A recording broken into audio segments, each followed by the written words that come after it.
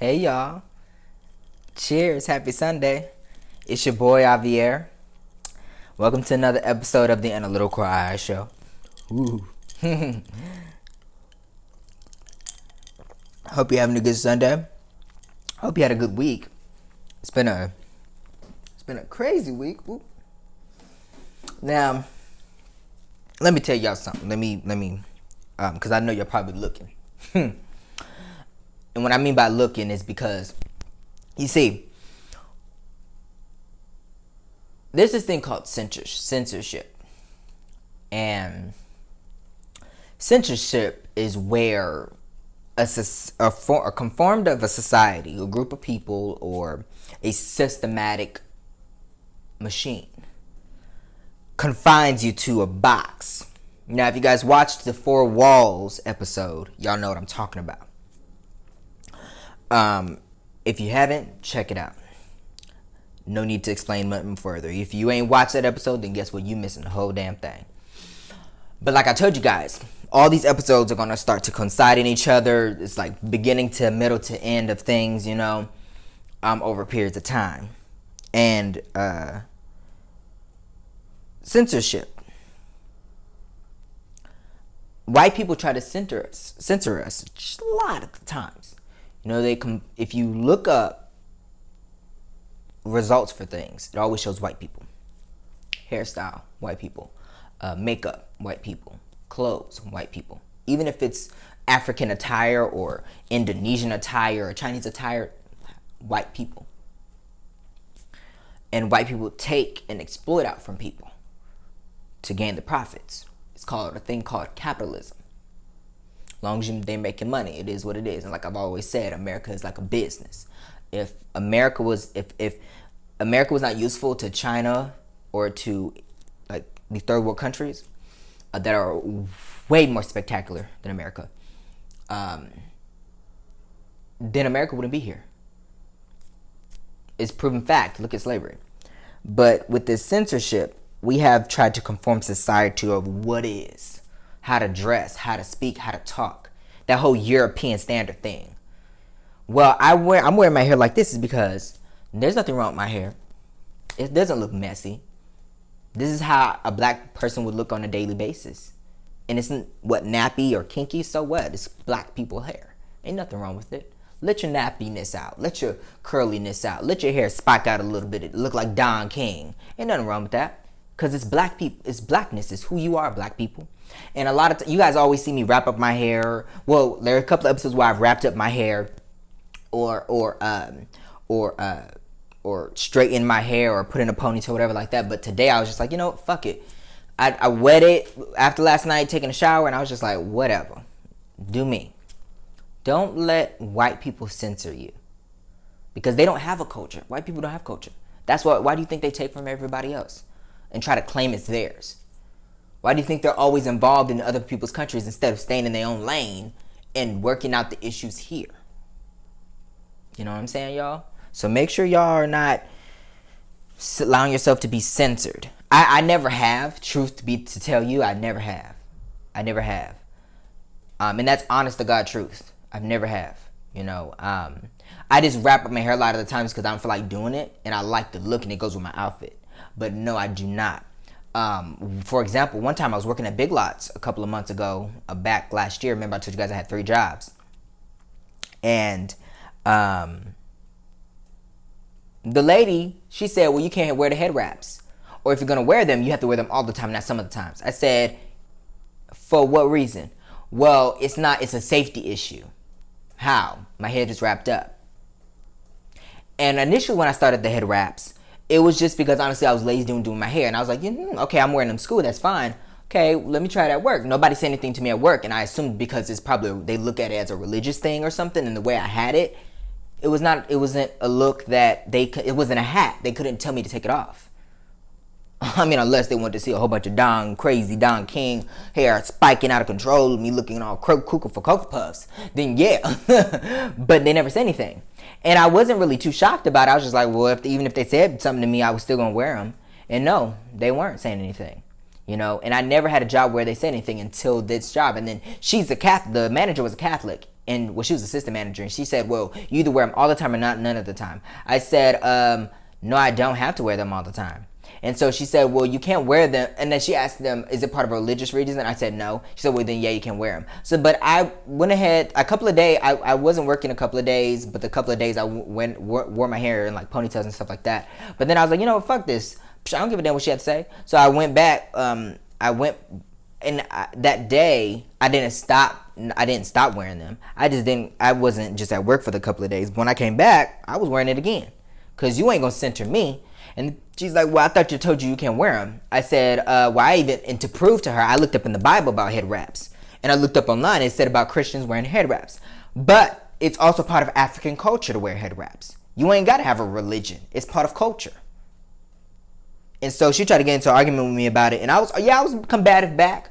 I wasn't never part of the debate team, but I was combative. And when you get me into a debate or an argument, oh baby, I'm gonna come out on top. I promise you I will. I'll hit you with shit that it may sound like it is real, but it may even be non-factual or a little bit of a lie, but it sounds so damn good. You like, damn, really?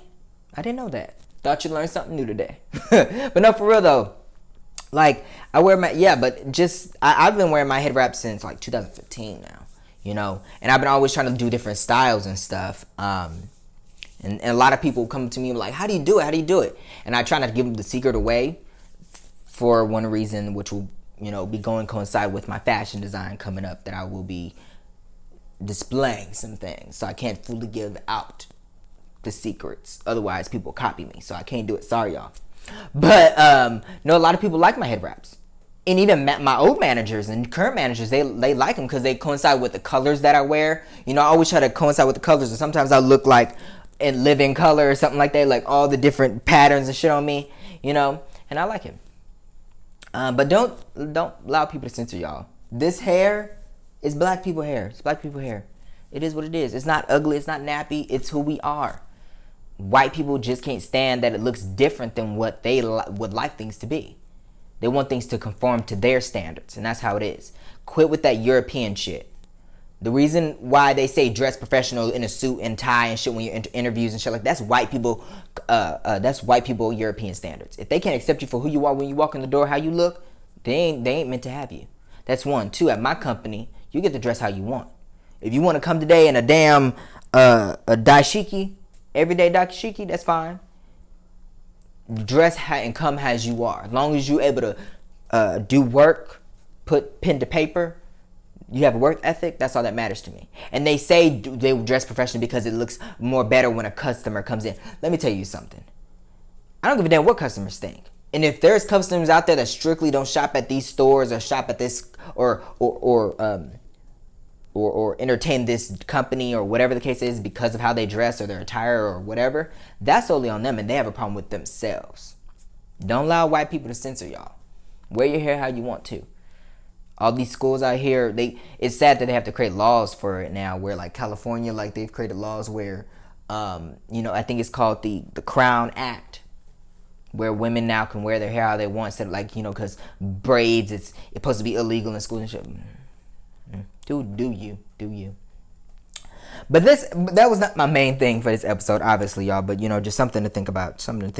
Now I will say, if you come in like who done it, how come it? Like if you walking into work like who done it and how come it, now. There's a difference between looking Afro and Afrocentric and looking African and looking very spectacular in your blackness and showing your African side and everything.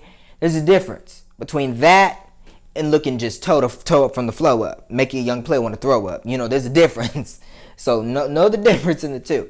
But the nice thing about my hair is if you see it in sunlight, it's like a reddish. It has a red tone to it. I'm telling y'all, if you take a strand of my hair and it's very weird because you have to shine it a certain way in the sun and you look at it and it's red. It's like crazy. It's weird.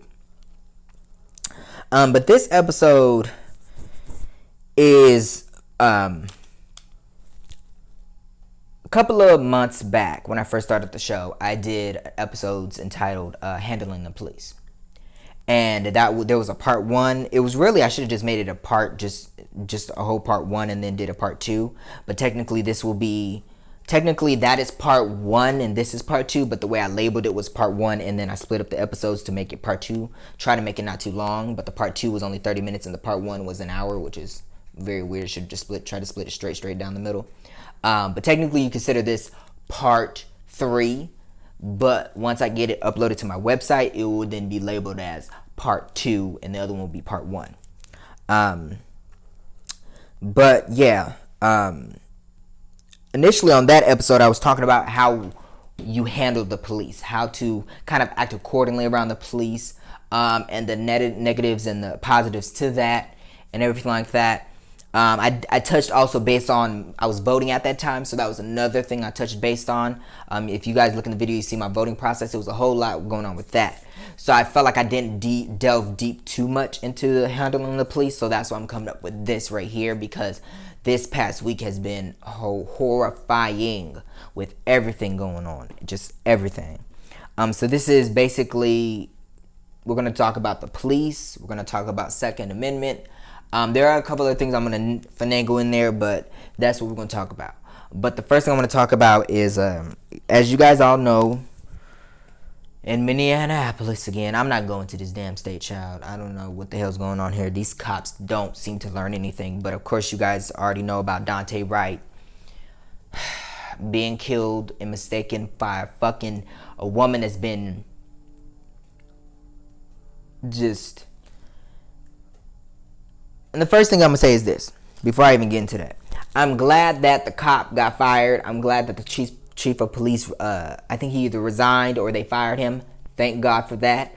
The mayor, I wish he had put 2 cops in power of those people that were black, because he ended up promoting in the interim, for the time being, another white chief of police. Like, they understand what the fuck black people go through.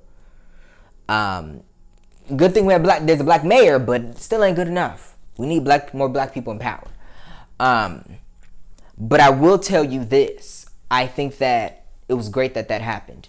And there's a lot of backlash that comes from that, because they keep saying this motherfucking case was an accident. It was not no damn accident. I looked at that video. A minute and 20-second video. She literally, and everybody knows, and I'm glad there was a demonstration by a white cop that showed you. I watch a lot of cop shows, so I already know this, but a lot of you guys don't know. The cops, and when you're in a police academy training, they tell you, what's your dominant hand? Dominant left or right? If you're right-handed, your gun is going to be on your right-hand side. Your left hand is going to have your taser. Vice versa. If your dominant hand is left, your taser is going to be on the right. Your gun is black. Your taser is yellow, green, whatever they choose that color to be. Totally 2 different things.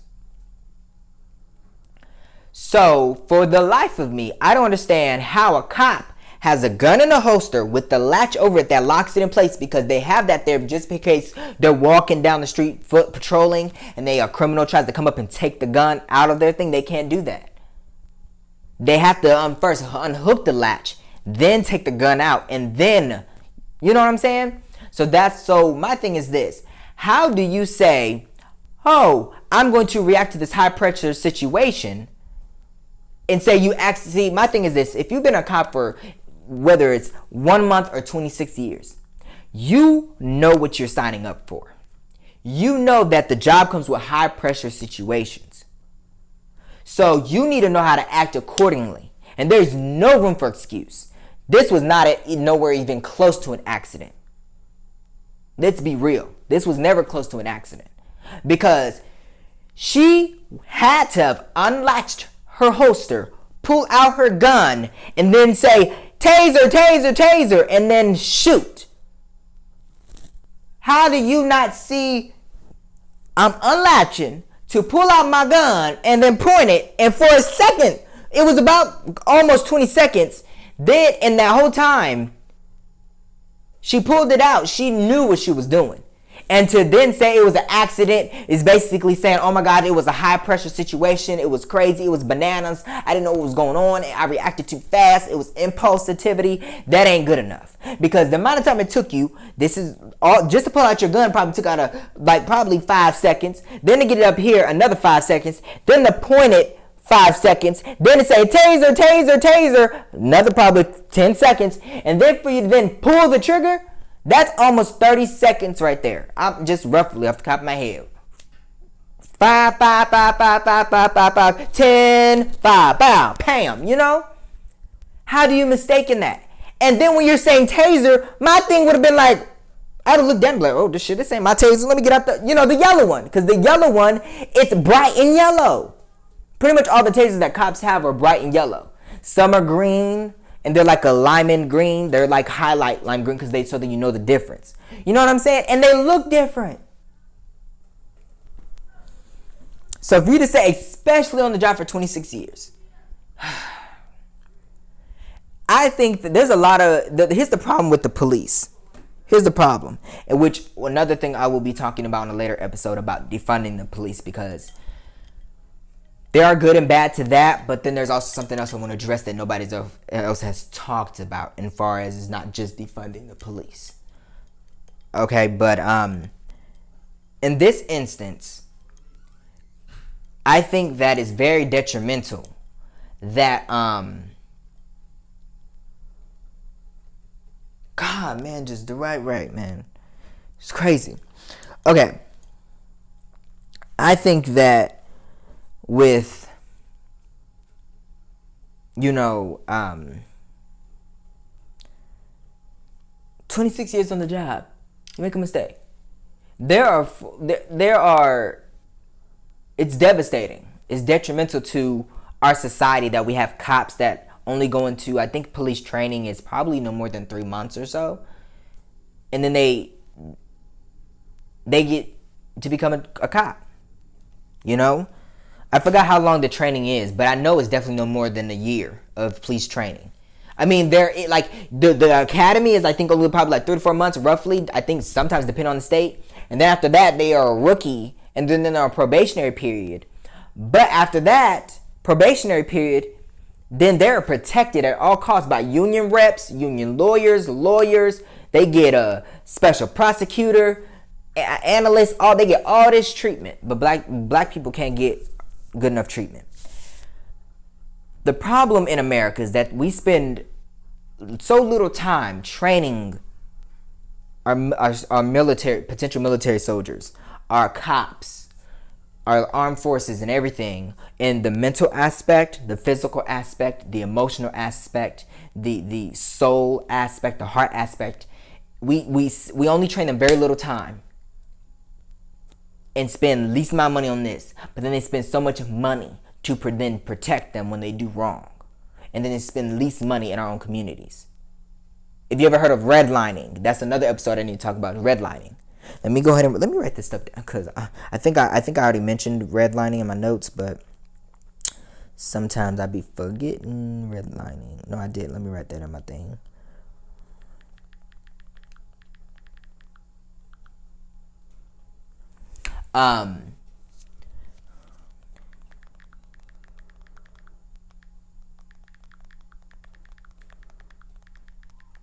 Sorry. Okay. But if you never heard of redlining, look it up. Redlining is where basically they take communities that are not, that they compare communities that are really defunded and funded communities. So that means grocery stores, that means education, that means medical essential necessities and stuff like that. All that crazy stuff. Speaking of which, y'all check out Jill Scott's podcast, because her recent episode about fuck urgent care, amazing, phenomenal. Yesterday they had I was able to RSVP and attend the after show for this week's episode. It was amazing. So shout out to the ladies, Asia, Jill Scott, and I don't want to mispronounce her name, but Leia, I believe. And then Michelle as well. She was on there too. Michelle Buteau, y'all know her from First Wives Club, co-star with Jill Scott. Amazing show. Make sure y'all check it out. But they spend so much money and defunding us. And then on top of that, if you look at other countries, they make it like a degree for you to become a cop. Like, you don't become a cop for like 5 years. Seriously, you have to go through training, you have to go through this, you have to go through this. Like, you don't, just to become a cop, it takes 5 years. No, I'm talking about just to strap on a uniform and become a rookie. Here in America, 3 or 4 months. Yeah, on the job, you good to go. And part of that is the systematic fault, but also because y'all be allowing these hidden white sheet KKK motherfuckers, Iranian brothers, brotherhood, or is it Iranian or Aryan, whatever, brotherhood. You allow all these motherfuckers to enter the police system and then suppress black people for more. Then till you can look like, well, we don't need to be funding these motherfuckers. First of all, no matter if the community is filled with violence or perishing with amazement, you fund them just as much as you fund you fund them as much as you fund them. Nobody is higher on the hierarchy. Nobody's powerful than each other except for God and Jesus himself. And it's sad because when it comes to us handling the police, if you truly look at it, we never in the life of humanity for blacks, we always have to have that talk. And y'all know what that talk is. The son, make sure you pull up your pants. When you see a cop, say yes sir, no sir. Make sure you have hands on both wheels. Instruct. When the cop says reach for your license registration, you say, hey, I'm lifting up my hand. I'm going to go to the glove box. I'm about to open the glove box now. Okay. You know what you know that talk. And I told y'all, my mom never really had to have that talk with me. Thank God, because I feel like having, and it sucks because you have to have those talks because it's mandatory so they know what to expect, so they're not scared enough to where they end up doing something wrong because they're panicking and then they get shot and killed because this cop thinks that they're a threat and an animal. You know what I'm saying? And my mom never had to talk with me. And I'm grateful that she never had any of those talks about being black and what it meant to be black in America or in society as a whole, because it just not is here in America, but it mainly is, because I was able to enjoy just being a child in a way and enjoy being Javier and enjoying being black all on my own. Now, that doesn't mean I didn't experience racial shit, but not to an extent where I stood up for myself, because it wasn't about, like, when I went to Mexican school, they called me chocolate, that say fat ass Mexican motherfucker. Like, I came back with that racial shit, and but I didn't, I never really looked at it like, well, why are they calling me this or what, it was just like, okay, you want to call me this, I'm gonna call you this too, but as I got older, I fell more in love with my blackness. So then I started learning more about the suppression of black people, slavery, and all this stuff like that. I mean, I knew about it at an early age, but you start to learn it even more. And that would make me even fall even more in love with it. Instead of coming to the terms of like, why I gotta be black? You know what I'm saying? Because when you have a talk with a child about being black, and you have to talk with them about this, you have to talk to them about this, how they're gonna treat you in school, the medical field, how they're gonna treat you at jobs, how they're gonna treat you, the police, like the government, all this stuff. The prison system. You start teaching your child that, it fucks up their mentality. And I understand, yes, we have to have them, sadly. But I feel like it just sucks that we have to. We shouldn't have to. And it sucks that we have to. And I feel like I wish there was a way to better even come up with a strategy to be able to like tell them in a way where they can still experience their full blackness and love it even more, instead of having to be enraged by it so much that then they start to hate their own kind. Or eventually they'll fall in love with it, but it takes them a long route to get there. You get what I'm saying? And one thing I want to say is, for black people, don't allow the rage that they put in you and turn it against your own community. Do not do that. Don't let these police, the way you handle them, the way they handle you, you take that in rage and inflict it upon yourself. And the same thing goes with the talk. The same thing goes with your parents or grandparents or whoever has the talk with you. Like how they have the puberty talk, the birds and the bees. I never had that talk. Or how to be a man. I never had that talk. My daddy, bitch ass daddy, wasn't never around. To me, I don't even have a daddy. My mama was my daddy and my mama. But don't let them do that to you. Don't do that, because you're taking away from your culture and your own community. Don't ever do that, because then you'll be centering yourself. See what I'm going with that? Circling all around, baby. And as y'all know, I got my iPhone trying to just make sure I'm going by the book and everything, make sure I'm on topic about everything.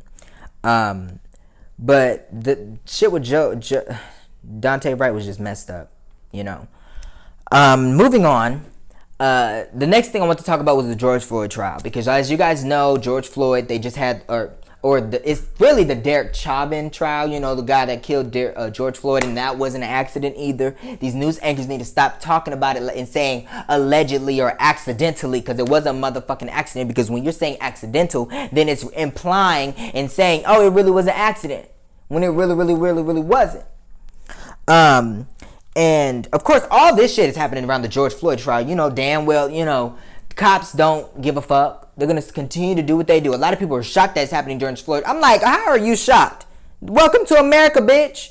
Welcome to America, motherfuckers. This is America. This is what we live in on a daily basis. They just don't always show it on national television unless it's one particular case that just makes the headlines and we uproar about it.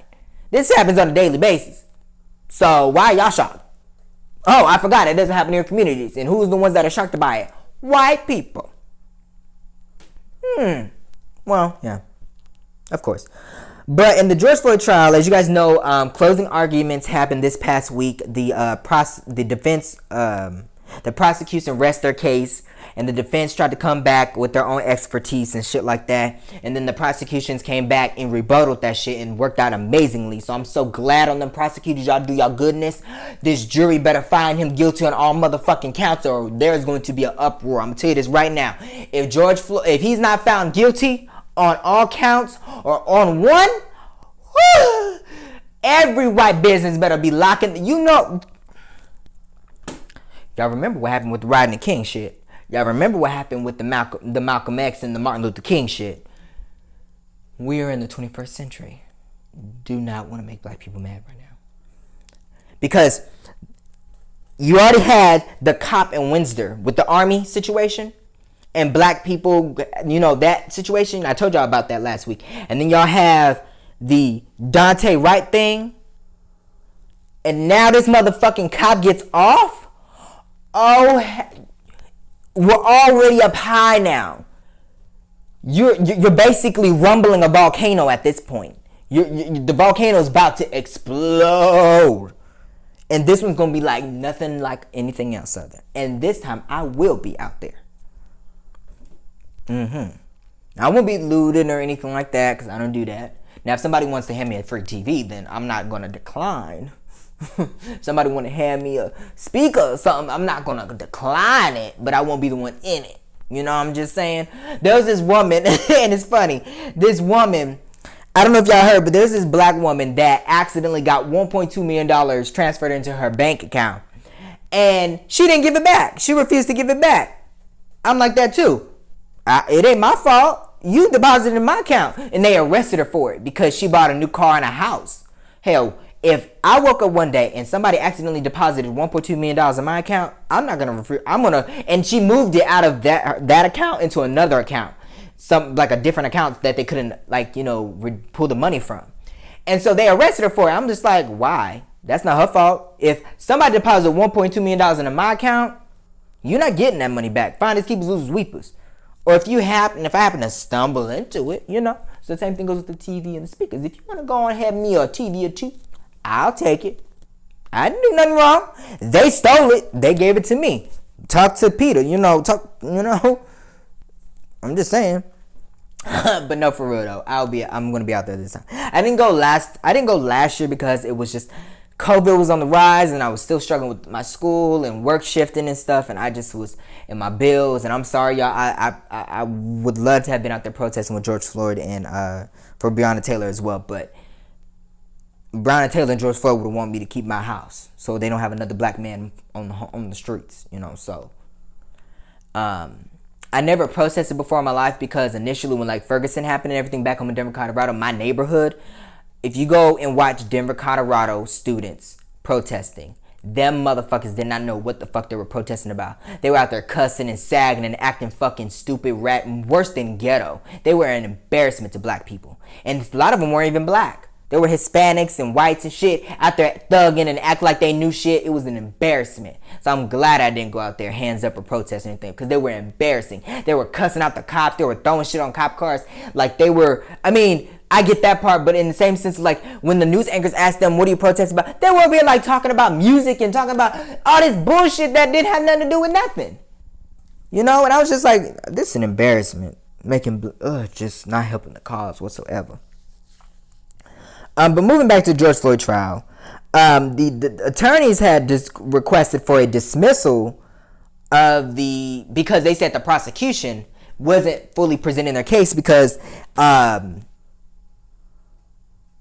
I guess the expert witnesses they brought forth weren't creditable, but didn't see how they were because they were basically just explaining what was going on with the trial. Or like not going on with the trial, but what happened during the murder. Sorry, I have a hiccup, guys. And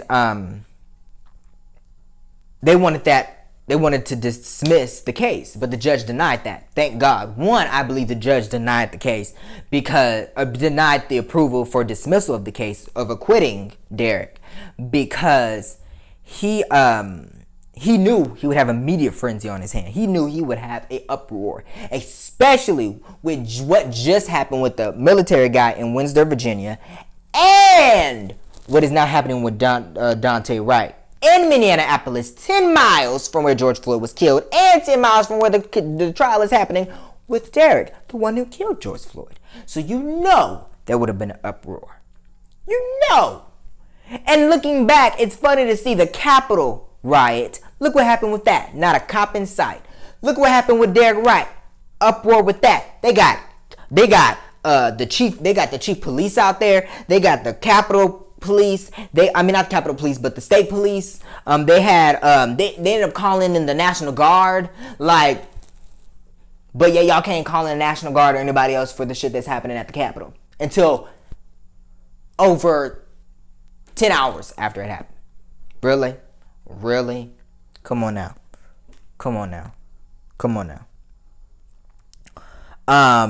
And then on top of that, I think the judge really saw greatly in his explanation of why he denied the request for acquittal is because the defense wanted to basically say these people weren't creditable. But he looked at the prosecution and said, well, the prosecution is not based on what you feel fits for the prosecution. The prosecution has a right to come up with their case, and these witnesses support their agenda on how they want to drive the case to get these convictions. That's, if you go look at the judge's response to that, he was saying it doesn't matter that the fact of whether or not these people are credible or not. It's about, is it credible in full for what the prosecution, their drive and the narrative that they're trying to drive for George Floyd's case, the agenda, the angle that they're going at. It doesn't, and that's the big picture here. What charges support the facts, and what facts support the evidence, and what the evidence support the witnesses, and everything that goes on with that. It is as a whole. You can't take this and then, they're not credible, so just dismiss the whole case. That's not how it works. The judge looked at it as a whole. He took a step back and looked at it as a whole and said, well, you know what? Even if they aren't, as long as it supports the prosecution in making their case, that's what matters, because that's why we're in this to begin with. Besides him killing, you know what I'm saying though, right? Because a cop can kill, or anybody can kill, but if the prosecution decides not to file charges or anything, then there's not going to be anything happening, because they're basically they're the executive branch of the state. The judges are the judicial branch of the state. And then you have your governor and stuff like that, which is the legislative side. The state representative, they're the legislative side. See, I paid attention to U.S. government, y'all. I know my shit now. I know my shit. But pay close attention. You'll learn some shit from me, okay? But yeah, that's basically what the judge, and I commend him. I thank him for that.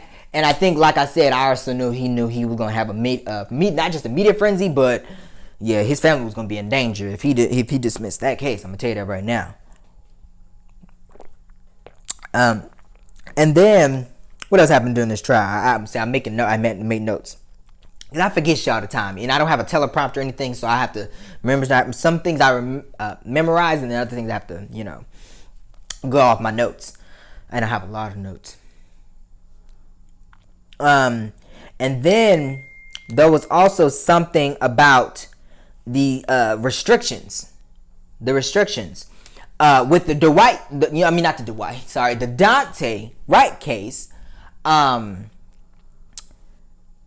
they filed a petition or something of the case, or tried to get a court order from the judge to restrict the jury from being able to have access to because when you're on the jury, you're not. It's the code. I forgot that terminology, but it's basically where you can't talk to anyone about the case. You can't say anything about, what is it called? Let me look it up right now. I know the word. I know it because I just got done.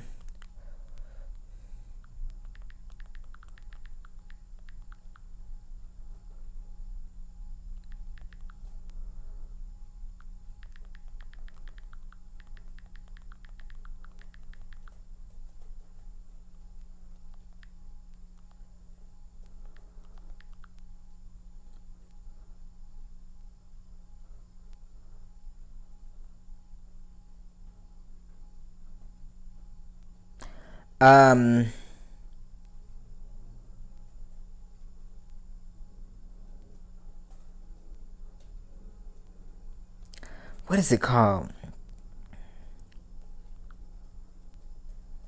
What is it? And I know y'all probably looking at me like, Javier, it is this. But I can't hear you. I can't hear you. What is it called?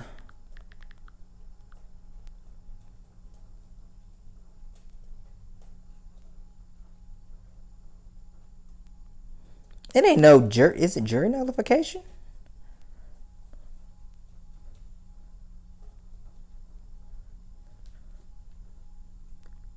Basically, code of science. Just think like that. I know y'all probably be like, "Oh, Javier, it's this." You say you so smart, but you don't know what it is. Type it in the comments below. But it's the code of silence. You're not supposed to say anything about the case. You can't mention that you're on it. You can't mention anything about what you think about the case until after the verdict and everything comes out about that. But you know, they wanted to suppress this from happening, but the judge denied it, and it's like, well, they're already not supposed to be watching the news or anything about this case or anything that's happening outside of this that will inflict and infringe upon them making a unilateral, unemotional, unanimous, fair decision. And in my mind, fair is prosecuting him, to the fullest extent of the law, and convicting him. But on top of that, they're not going to be able to escape this. When they go home and turn on their TV or whatever they do, obviously because they can't watch the news, but they're going to hear about it. They're going to hear about it from their neighbors, going to be talking about it. They may hear protesting. They may be driving up to the damn, to the courthouse or whatever, however they orchestrate that. I don't know if they put them in a separate housing or whatever like that during the trial, whatever it is. They're going to hear about it one way or another. It's kind of hard to silence over 10,000 people that are protesting, especially when they're walking past the damn courthouse. Just saying. So that was a ridiculous appeal thing. Another thing that happened in this was this guy, Barry Boards. The prosecution or the defense team tried to analyze that George Floyd died from cardiac disease. Tried to say it was from carbon dioxide because his head was next to the exhaust tank. They also said that because he had I forgot, it was something else. It wasn't cardiac disease. Was it high blood pressure? It was something else that impeded him from, they said like where he couldn't die. That was the reason why he died. It was just basically coonery and buffoonery, tomfoolery excuses. And I'm glad that the prosecution then came back with cross-examination and then brought in witnesses and experts to refute what they were saying. And it's like, okay, first of all, let me tell you guys this. We breathe, as you guys know, we breathe all in oxygen, exhale carbon dioxide. If you ever watched this TV show called The Rookie, her name is Lucy Chinford. Don't know what I'm talking about? You missing the whole damn thing. But she was in a tube. She got kidnapped and put in a barrel. You only have 21% of oxygen in that barrel. And you can last for, I think she said like 6 hours. Because you're breathing in the oxygen and you're letting out carbon dioxide, and that's what's filling it up. George Floyd is outside on the ground, outside where there's oxygen, and then you have an exhaust tank pushing out carbon dioxide. But you have all of this oxygen. How the fuck can somebody die if they're in a space full of oxygen? And I'm not just talking about any space. Like, this ain't a garage where the exhaust is just coming out of carbon dioxide and it's going to make you die. He's outside with over 50 kajillion gallons of oxygen. So how could he die from that? And if he had cardiac disease, Wouldn't the cardiac disease probably already been fatal or killed him before this incident? Or couldn't your knee on his neck improved and impeding in the process of this cardiac disease then causing him to die? Because also, you know, when you have your knee on someone's neck and they can't breathe, cardiac is like, come on, we're trying to get some air. And then the guy, what was his name again? He basically, Barry Board said, oh, well, the police use of force was fine. He was still trying to resist because his hands were like, he looked like he was flexing, like, or like he was like trying to move. And he's like, well, of course, if a motherfucker, I'm in my mind, I'm like, of course. He's like, he should have been more relaxed. And then the use of force would have been brought down. If your motherfucking knee is on my neck, and I can't breathe, I'ma try to move. I'ma try to move your ass because I'm trying to breathe, motherfucker. If I could breathe, I would be relaxed. If a motherfucker can't breathe, if a person cannot breathe, what the fuck they gonna do? They gonna be struggling for oxygen. They're gonna be trying to... They're gonna struggle. Come on now. Stupid. And then I was like, you know what? Fine, then let me put my knee on your neck. Let me put my knee on your neck, and then you be relaxed. And if you are, then I'll shut up. If not, my mouth is going to be on and popping. You know what I'm saying? Just stupid mess. Just stupid. And they said, he said the use of force was totally fine. And he said that in this case, or any case, where use of force needs to be amplified, you go to the full max extent. I'm like, huh? And he's supposed to be an expert on use of force. Well, let's show his kids some use of force. Let's show his wife some use of force. Let's show him some use of force. His family, some use of his mama and daddy, some use of force. And see how he feels then. That's one. Two, the chief of police of Minneapolis said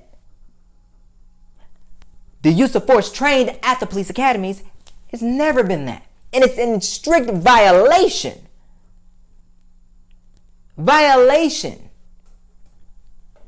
Crazy. And he black. Oh, so you're trying to challenge a black? Oh, because he's black? Come on now. It's just crazy.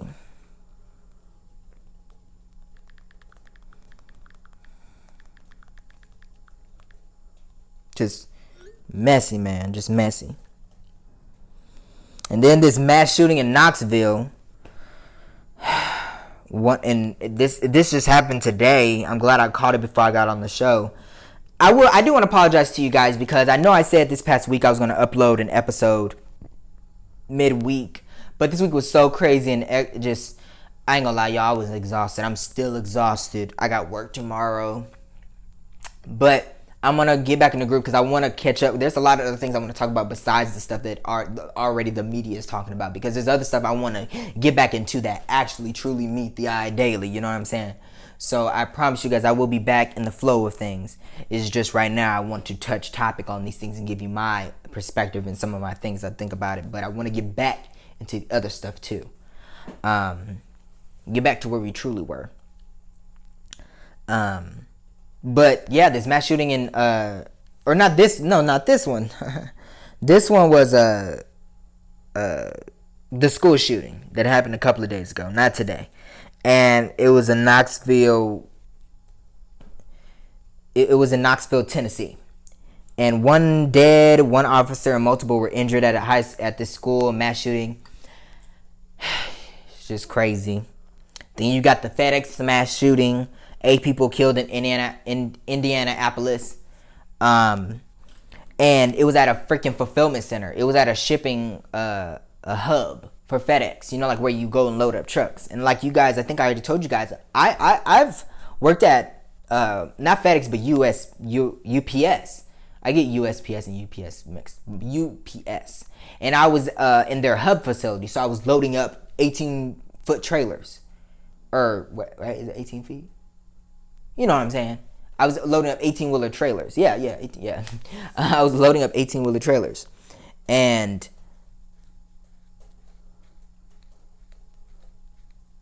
that was a rigorous job. But for the life of me, I don't understand. One, how the hell did he get a gun in there? Because at UPS, They made us walk through a metal detector, and they wand us. And they searched our belongings, like the lunch pails, the backpacks, the purses, everything, before you could enter the building. And they did it when you were exiting the building, like exiting through security too. And they had everything gated off, so you couldn't go anywhere. You had to go through security. And they checked your stuff to make sure you're not stealing stuff from inside as well as bringing in. And they scanned your ID, like saying, oh yeah, he came in the door. You know what I'm saying? They did all of that. Facial recognition, they did all of that. So I'm trying to understand for the life of me, how did this motherfucker bring a gun into a fulfillment center? And on top of that, what the fuck are you doing with a gun in a fulfillment center anyway? You're just loading on motherfucking trucks. What the fuck you need it for? Apparently, so he got into an argument. He or she got, whoever this gunman or gunwoman was, they got into an argument with coworkers and then shot him. Started shooting up people.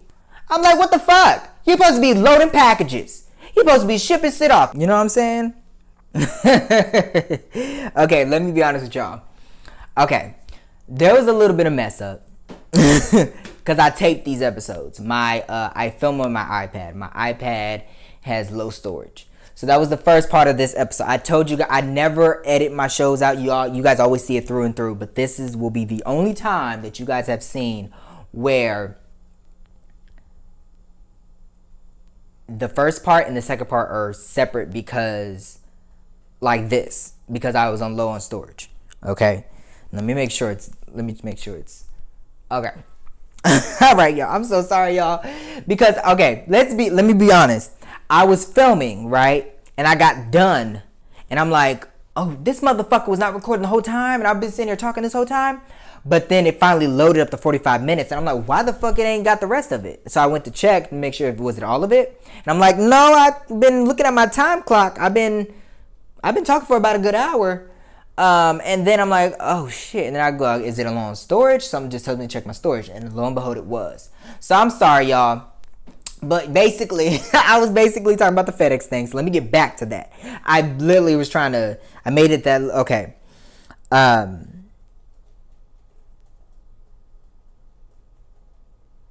But yeah. Like I was saying, I worked at a FedEx place before, you know?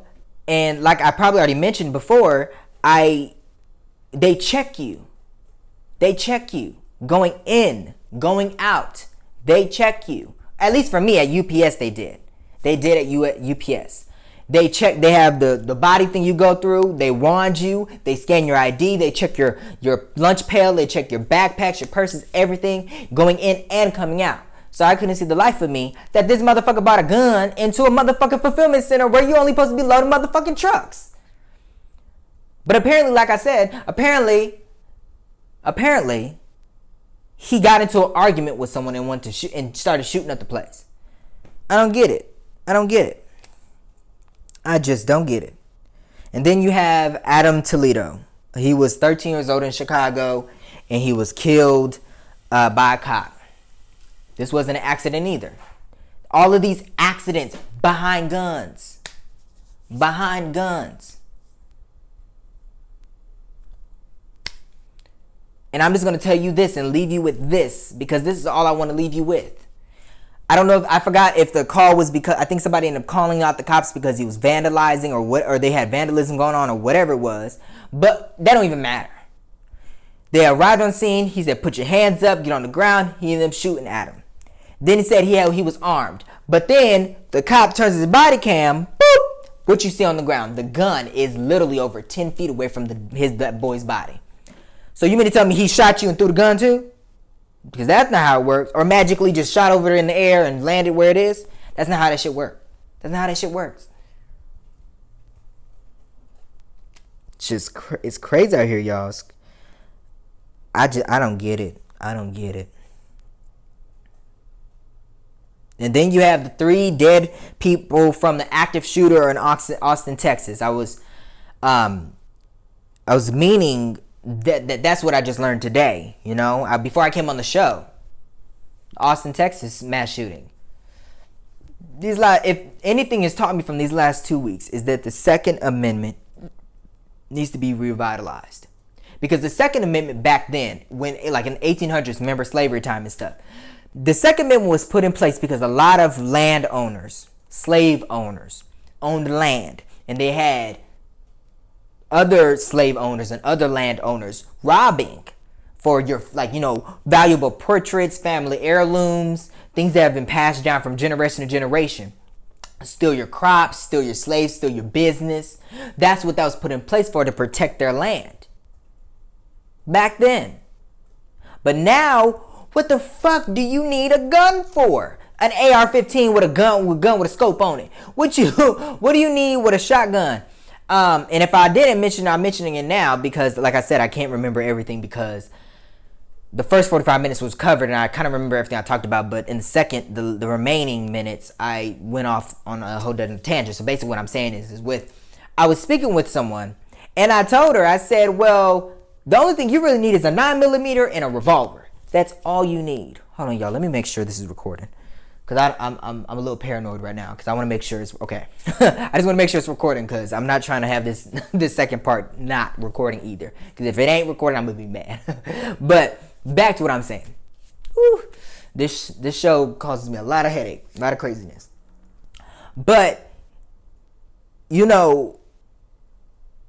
back then, that's the reason why the First Amendment was put in place, because people were stealing crops, people were stealing property, people were stealing, robbing, this, that, and the third. So that's what it was in place for.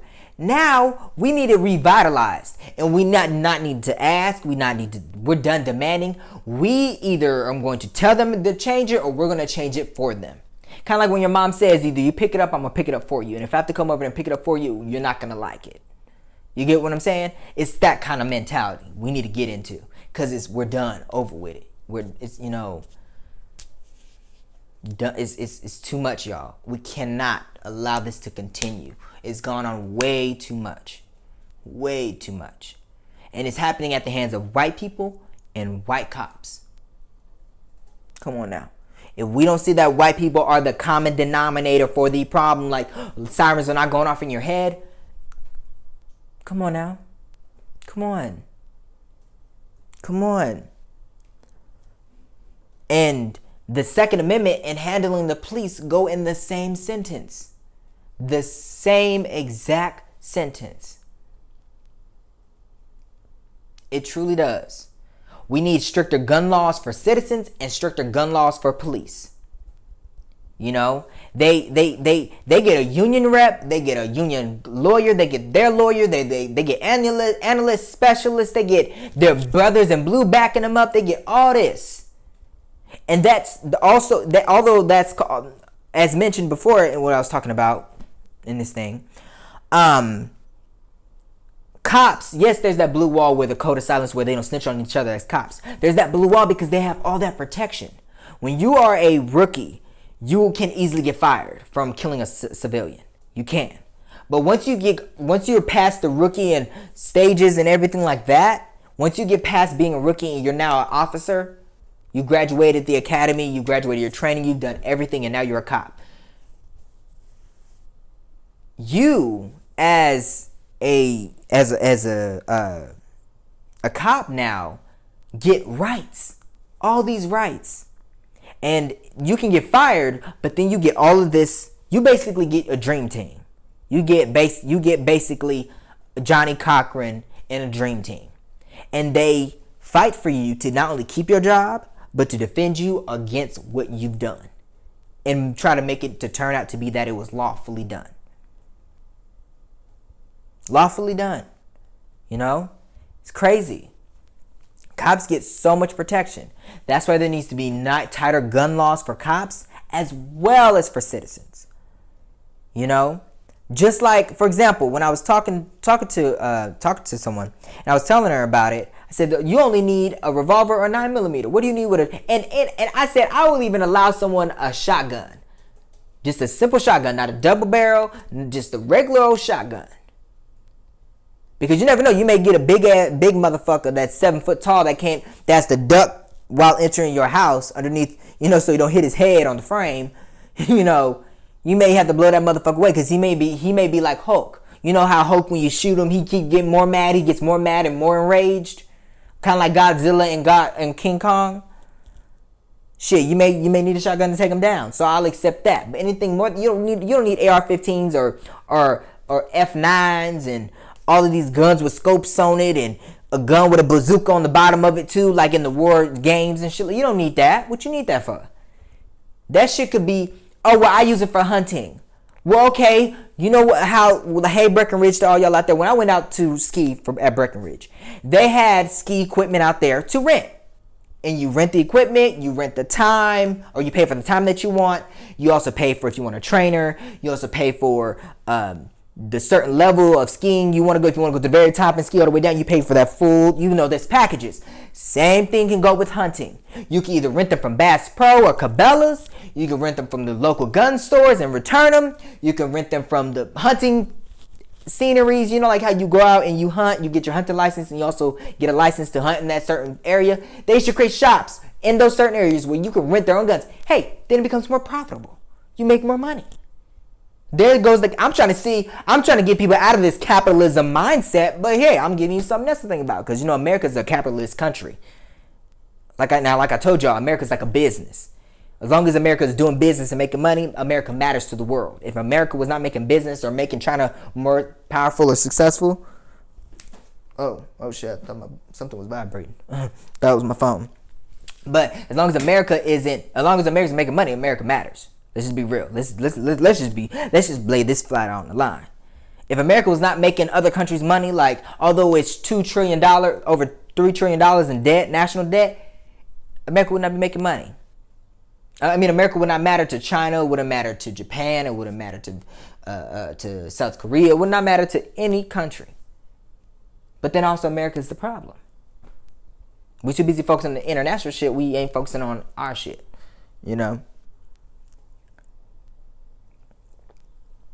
It's crazy. It's crazy, y'all. But defunding, not just defunding the police, but we got to get to a place where we not only ask for stricter gun laws on people, because that's not the main thing. It's also the cops. And I think I already mentioned this, but in international countries, cops, it's like a degree to become a cop. It's a degree to become a cop. I think the longest you have to wait to be, the shortest amount of time that you can ever get in is 5 years. You go through the training, you go through this, you go through that, you go through everything just to become a cop. Here in America, like I mentioned, I believe, I think I already mentioned at the beginning of the episode, but if I already said in the second half, which was cut off, cops, America spends so much money on protecting them, giving them less training, and making sure they're good and fit for the job. And then defunding, and I think I already mentioned this, but the redlining, I'm not sure if it was on this half or in the first half, which, if I already mentioned it. But redlining, defunding the impoverished communities and keeping them defunded. Have you guys ever heard of the Camden experiment?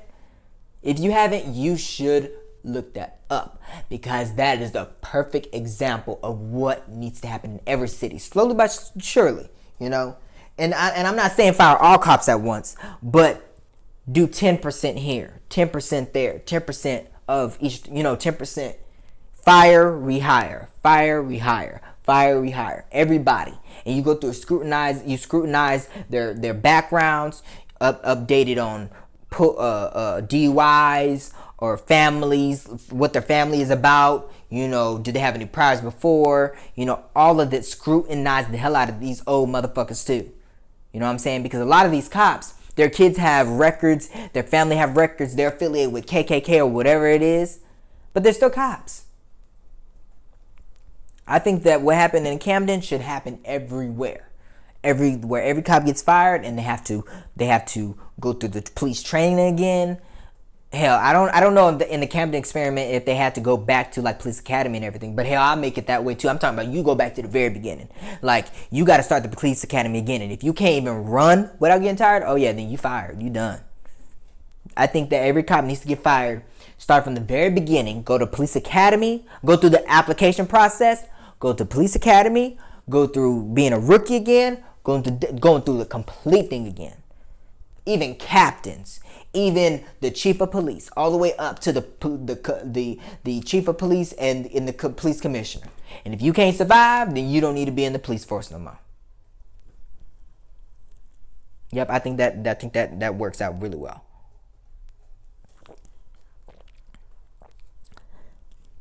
You know, like the common denominator is white people. A lot of it is. And there are some brothers out there that are some straight up Uncle Toms. I'm not leaving it out there just to high and dry on white people, but it's majority y'all because, you know, I mean, just look around. Just look around. Let me make sure this still recorded. Okay, cool. Sorry, y'all. Just want to make sure. But, you know, it's just getting crazy out here. It's just getting crazy. Just crazy, you know. And I think when it comes to handling the police, you have to handle them from the inside and the outside too. You know, handle them from the inside and the outside. Hold on, y'all. I got a personal.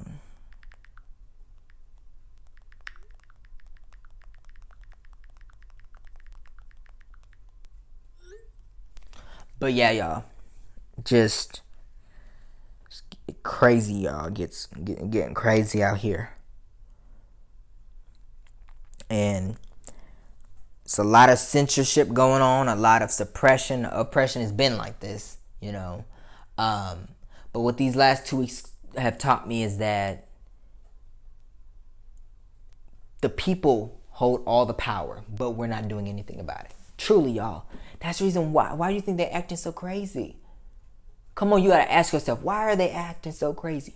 Because they don't want the people that hold all the power. Because the founding fathers gave all of the power to the people. And what they did, though, was they didn't realize that they did until it was too late, where they saw slaves fighting back. And they said, oh, we can't have this. So then they started putting in laws to try to proceed and hinder those laws from being able to be granted, you know? And it's like, well, it's too late now. You just etched in stone, baby. It's etched in stone. You wrote it. You did it, you know? But I'm telling y'all.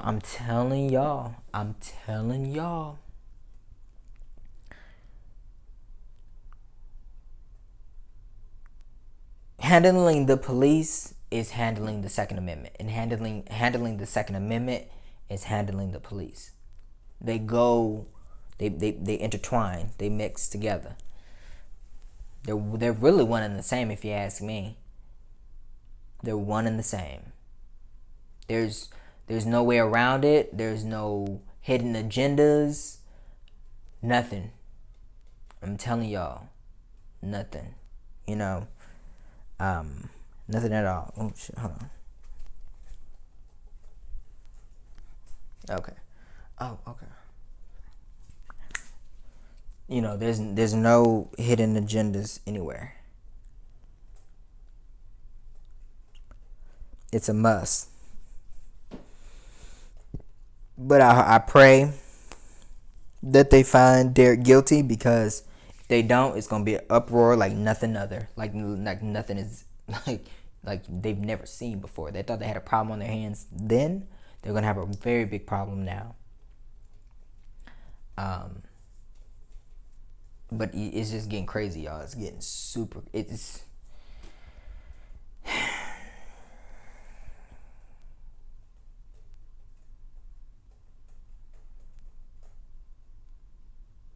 make sure that y'all are staying safe. One last thing I want to say when it comes to handling the police. One of the ways of handling the police is families. Your families that have cops. Speak out about this. That's the way you handle the police as well. Families that have kids or cousins or nephews or aunties or uncles or grandparents or parents in general, that or friends even, that are in law enforcement of any level. Talk to them and tell them to speak out about this. They've got to, you know. It's a must. They can't be silent anymore. They can't. If they are, then that's a problem, because silence means that you are condoning it. It ain't the case. But We all got to do our part, y'all. We all got to do our part. But next week I'll be talking about I'm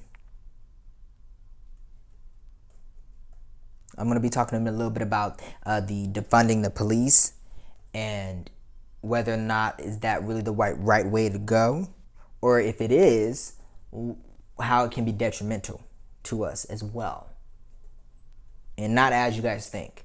But I appreciate y'all for watching this episode. Y'all can follow me on Facebook, Instagram, and Twitter at Avir Vassal. You can follow the show on The Analytical Eye Show on Facebook and Instagram, and on Twitter it's iAnalytical. I want to thank you guys so much from the bottom of my heart for you guys watching. I appreciate you guys so much. My views are going up, and even if it's just one person watching this, like I said, I'm appreciative of it all. I thank y'all for watching this week's episode. Thank you for being here with me today. Don't forget to watch The Light of the Sunday. And I will try. I'm probably going to do a midweek episode this week. I'm going to try my best. But can't guarantee anything. But I'll definitely see you guys next Sunday. But I thank you guys so much for watching. And say a prayer for Dante Wright, Mr. Toledo, and Mr. Karen Nazario. That's his name, the military guy. And pray that they convict George Floyd's killer, Derek. I thank y'all for being here with me. God bless you all. Peace and love. Stay safe and well. Don't work hard, but not too hard. Make sure you have enough play in your life. Make sure you're living and not just not existing. And I'll see you guys next time. Peace and love. Cheers.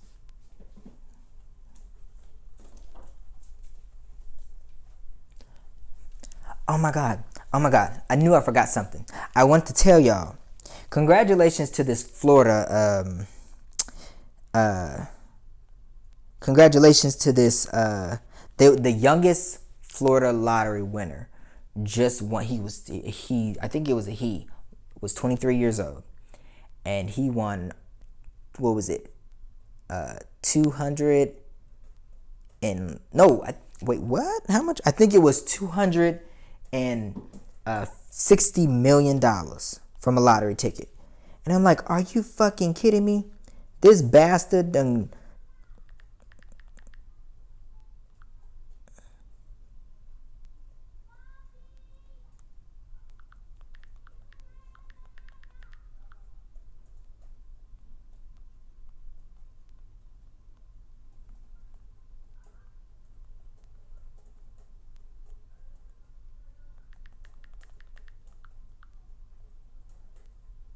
Oh yeah, it was $235 million. Congratulations to you, man. But I better not ever run into you on the streets, because that money will be mine. But again, have a good Sunday, y'all. Peace and love, peace and light. Much joy to your lives. And I don't know if y'all can see this shirt, but I like it. I don't know if y'all see it, but I like it. I never heard of this company before, but I like the shirt. It's really nice. But remember, no censorship. Wear your hair how you want to. Wear your look how you want to. Don't allow anybody to deter you from yourself culturally, spiritually, religiously, ethnicity, humanly, yourselfly. But make sure you're doing you, y'all. Don't do this for anybody else. You only got one life. Live it to the fullest. Especially after these last 2 weeks, you never know what's going to happen. Never will know. Never will know. Life is not promised to us. Time is not promised to us. Every millisecond, every second, every moment, every minute, every hour, every day, every week, every month, every year, every decade, every century counts. Be thankful for it. See you next Sunday.